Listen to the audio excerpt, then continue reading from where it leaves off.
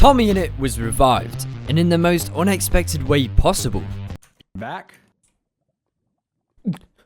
His resurrection left so many people confused and wondering, why did Dream revive TommyInnit, and why did he do it so soon? Well, in today's Dream SMP analytic video, I will explain why Dream revived TommyInnit.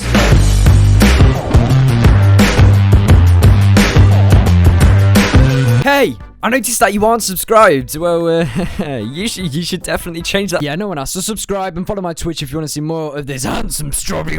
It's true. Dream punched TommyInnit to death, to then revive him just 2 days later. But why?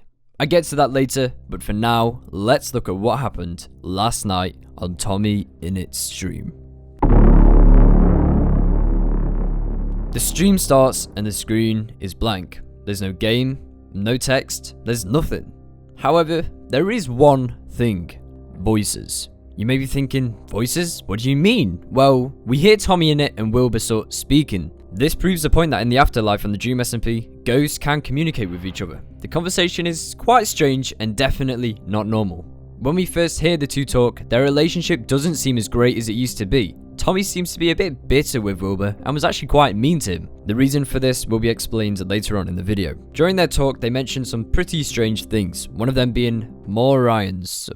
Morians? I don't actually know how to say it, and I'm not sure if I'm being dumb, but I don't think it's a real thing, but correct me if I'm wrong. I think this Morions is a word for time. As we see later on, time doesn't quite function the same in the afterlife, as one day on the Dream SMP feels almost like a month in the afterlife. We also found out that Schlatt and Mexican Dream was also there with Tommy and Wilbur in the void. However, we didn't get introduced to them. What I find weird is that when we hear Tommy talking to Wilbur, it is almost as if he had just died. This is because Wilbur welcomes him in and asks how he is, almost as if they haven't spoken yet. Hello, Tommy.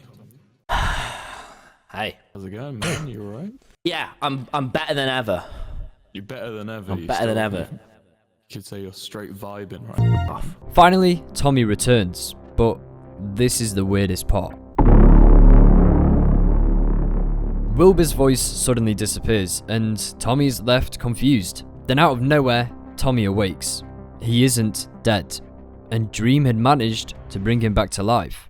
So all along, it was true. Dream is basically a wizard. However, you may be thinking, where is the magical book?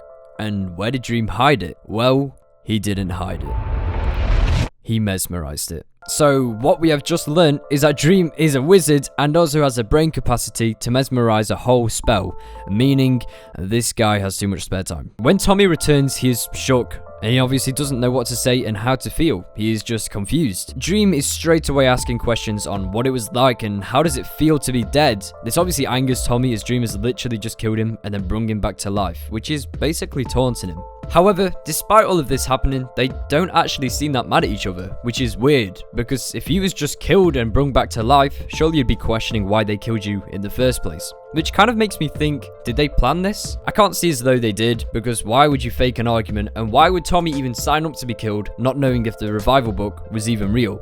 But I'm just confused as to why Tommy was pretty relaxed with Dream. Maybe it's because he was in shock, I'm not sure. Either way, it only gets weirder from here.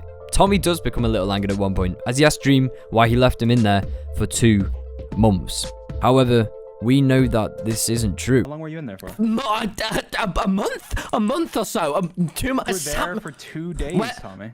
Dream was obviously confused as to what Tommy was talking about, as he explained that Tommy had only been in there for 2 days. This means that time is slower in the afterlife, and Wilbur has been a ghost for quite some time now, so if we work it out, Wilbur has been approximately in there for 9 Morian years. He's basically been dead for 9 years. I'm going to use the word Morian, by the way, because personally, I think that's what they call time in the afterlife, but also it sounds pretty cool. Whilst Tommy's explaining to Dream how long he thinks he's been in there for, he says, I lost count at 18 days since Schlatt started doing the thing. I'm not quite sure what Tommy means by the thing, so I'll leave that one up to you guys. We lost count when Schlatt started doing the thing. Before we move on, I just want to let you all know that I do stream, and I promise I'm really good at it. I'm not, but please just follow me and join my Discord to talk to me.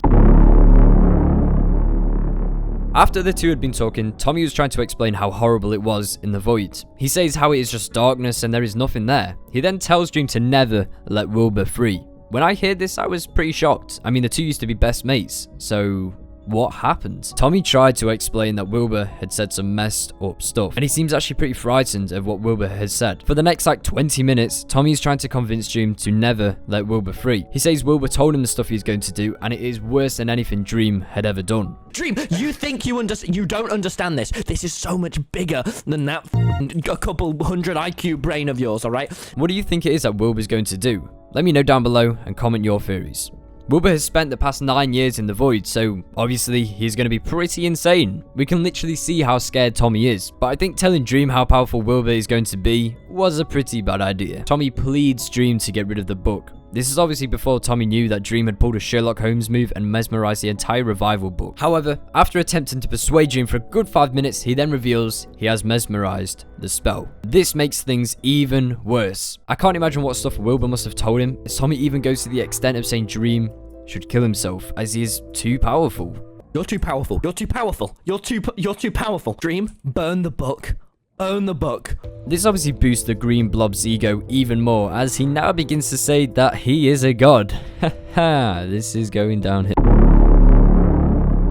TommyInnit tells Dream that he has to die, and weirdly, Dream is alright with this.